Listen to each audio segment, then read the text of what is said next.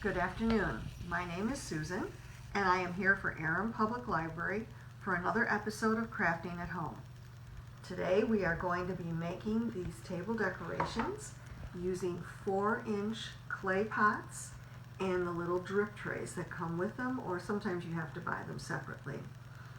The first model is a clay pot that is unpainted. All I did was take the pot the way you get it off the shelf and the tray. I rearranged them a little. There's a bow, parts of a silk flower, and I put a votive candle in the middle. The one right next to it, same 4-inch clay pot with drip tray, but this time I put a couple coats of white chalk paint to give you that farmhouse effect that's so popular right now. Same bow, parts of the silk flower. This time I put in a short pillar candle so you could see how that looks. The supplies that we're going to be using today to create these projects: a 4-inch clay pot and the drip tray that goes with it, parts of a silk flower, a votive candle. We're going to be using some tape, some scissors, and this is a 3-foot piece of wired ribbon. Now I do like wired ribbon, and it's double-sided, which means that the pattern is on both sides. It works very nicely. 3 feet is way too much, but we'll talk about why I do that, and we're going to go ahead and get started. Oh, I'm sorry. The other tool we're going to be using today is a hot glue gun. Now, normally a clay pot sits like this so that the pot is sitting in the drip tray. But for our project, we're going to turn the pot upside down, and we're going to take the drip tray and we're going to glue it to what would be the base of the pot. Now, you do have to be careful, because I didn't know this until I started this project. There is a rim under here, and that rim fits perfectly with this surface. You do want to glue it together exactly that way, because then the pot tray will sit on there in a level fashion. If you don't, it's just going to sit kind of crooked, and it makes it a little bit more difficult to display your project. So what I'm going to do is I am going to put a stream of hot glue around the rim of the pot, just like that. And then I'm going to attach the tray. You do have to work fairly quickly. It does not take long for the glue to set up.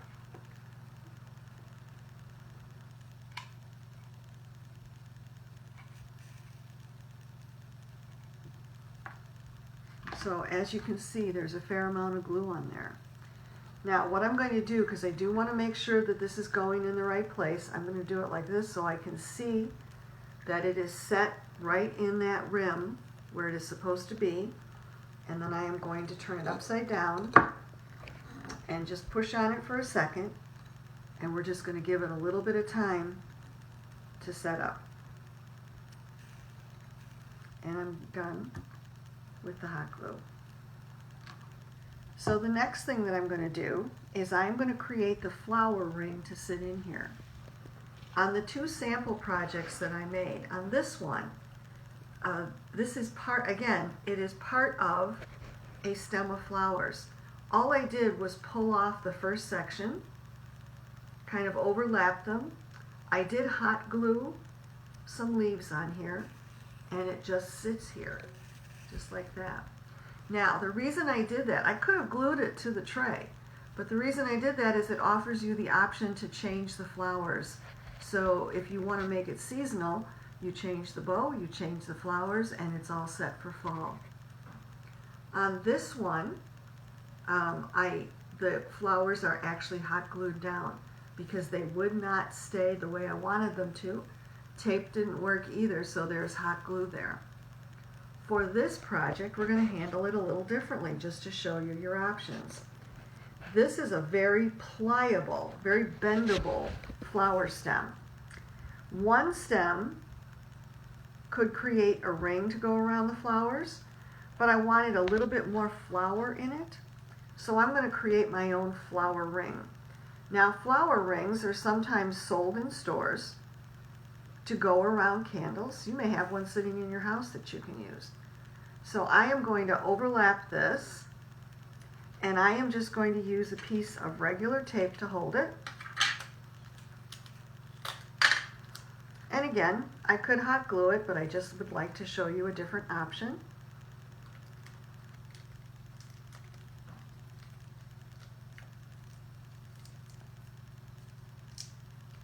Now, once I have the first part taped down,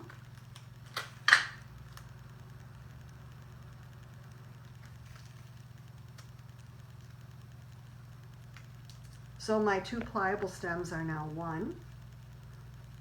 I'm going to have to do a little measuring because I want this to sit in the tray. So to get a size that will work, I'm just going to keep going until I get a size I like. And then I am going to tape the other end.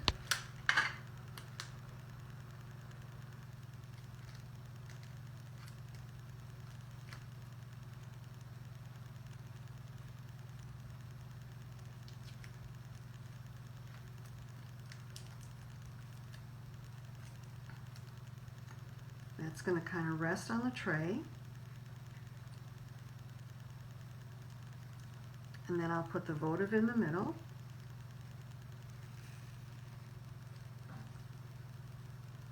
So I get the flowers. Later on I can cut that stem off if it's not cooperating.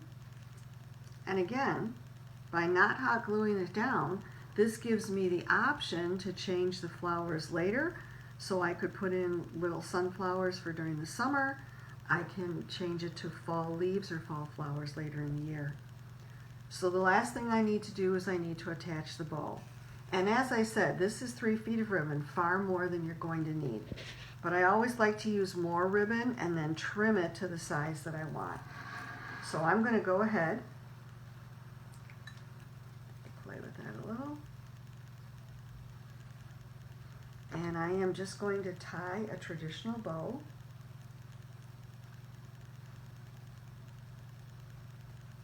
You do have to pull that original knot pretty tight because this is a lot of fabric.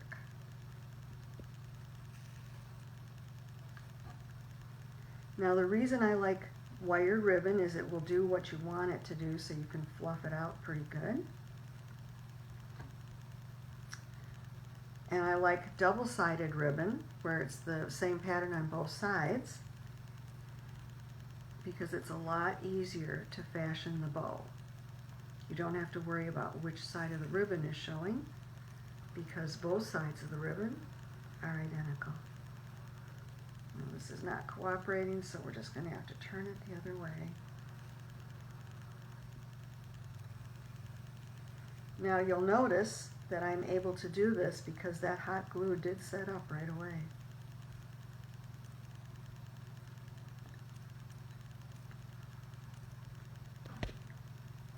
Just going to play with that a little bit. So this is where we're at right now, but as I said, that ribbon's pretty long. So I'm just going to go ahead, now that I have it on the jar, and I'm pretty happy with how it looks, I am going to take my scissors, I'm going to fold the ribbon in half, and then I am going to cut in a downward cut. That gives me the points on the bow.